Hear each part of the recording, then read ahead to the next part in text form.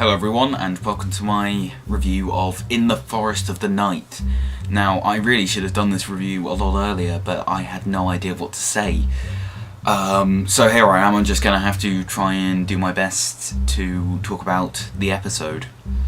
So what can I say? Blimey. I liked the episode, but there's no denying that it wasn't that good. At the end of the day, I think it was. I don't know. I don't want to rip it apart, and I don't want to praise it too much. What can I say? The plot, for the most part, it was okay, but it felt a bit inconsequential.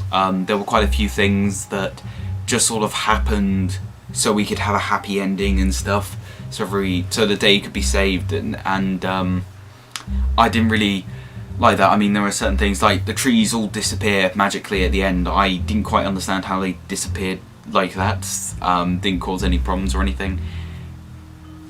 Things like that didn't seem to quite add up to me. However, saying that, yeah, it was a very good cast. I thought child acting was very good. There were some great scenes in there, particularly when they're taking stabs at Danny Pink. Yeah, I don't like Danny Pink. Maybe he'll do something in the finale. Rumour has it he will, but yeah, believe that when I see it. Yeah, he's useless anyway. So otherwise, I mean, the point where they're explaining everything, it didn't quite get everything across. I don't know exactly what it was. I think it was the way it was written. It wasn't quite explained, I don't think, well enough. But yeah, I mean, people have been moaning about how it was directed and stuff. I didn't really notice anything particularly bad. It was, Doctor Who. I mean, there were things like the wolves. I don't know why they put the effort into having the wolves and the tiger there when they barely did anything. I didn't know. I thought they were going to have a bit more. That was going to be like the threat. Even in the episode, they sort of got the spider germ syndrome, where they're sort of introduced. They have a scene. That's it. You can put them in the trailer now, which I don't really like. I think if you're going to have some kind of threat, you've got to use it as a threat, and this was a problem that Kill the Moon had. Yeah, I mean, I don't want to rip this episode to shreds. I have a feeling I can. But yeah, I know lots of people didn't like it. I know Joe Sheen didn't like it, blimey. Don't know that.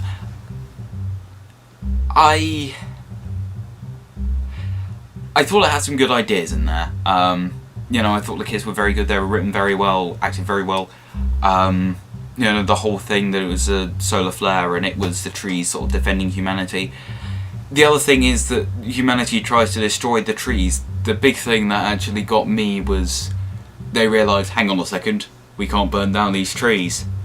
And I'm sort of thinking about it, and then the next thing you hear from the government, from the world, is we're going to burn the trees.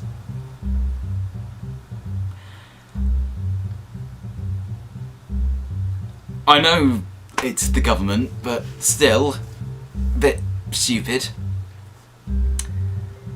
Yeah. Not much else to say about that. Yeah.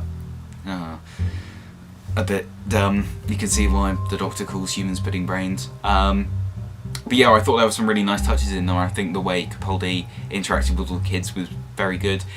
And he's looking for Maeve, and he's sort of looking at all these kids really sort of squinting, trying to work out, is that her, is that not? I thought that was really clever. It was a nice little subtle sort of addition. And yeah, what else was there? There was the music. I don't tend to comment on the music quite as much. I think this series I have mainly because it's a lot more new stuff. This episode, it had quite a good score actually. I quite liked it. Most of the episodes seem to have a unique score, most of them, which is very good. I mean, this episode, it was slightly odd. There was something sinister and magical about it, which I thought was really well handled. And from all the preview stuff of the next episode, should be good. The thing is, usually these penultimate stories, they usually put something forward for the finale, and this one didn't. I don't think that's a bigger problem as such, but you just had another Missy scene, and it suddenly occurred to me that it's a bit repetitive. You're just kind of waiting for the next Missy scene of her saying a line or two, and then disappearing again. Hopefully, the finale should be a good conclusion. So yeah, overall I'd give In the Forest of the Night, I'll give it a 6 out of 10. If I'm honest, I'd be more keen to watch In the Forest of the Night than Time of the Doctor and Kill the Moon. That's 2 episodes ago, 6 out of 10. However, I don't think it's good enough to get that good solid story rating of a 7, which I'm giving to a couple of stories this series. So yeah, I'll give it a 6 out of 10. I might be being a bit harsh, but it definitely lacked something. Of course, you're gonna have to wait about 2 weeks for the next review, hopefully a little bit less, if I can get it done on time. Because of course it's a 2-part story. I've got to do it as one video, so I'm not going to review it part 1 and part 2. This will be the full story. So yeah, I mean, the finale looks good, and it's had some good reviews. I don't know, I'm intrigued to buy it. I'm worried that I've found some spoilers, but I'll have to see. Maybe I'm hoping for something surprising, but a good surprising, not a cop-out solution like The Wedding and River Song. So yeah, thanks for watching, and I'll see you guys in 2 weeks' time for my review of Dark Water and Death in Heaven.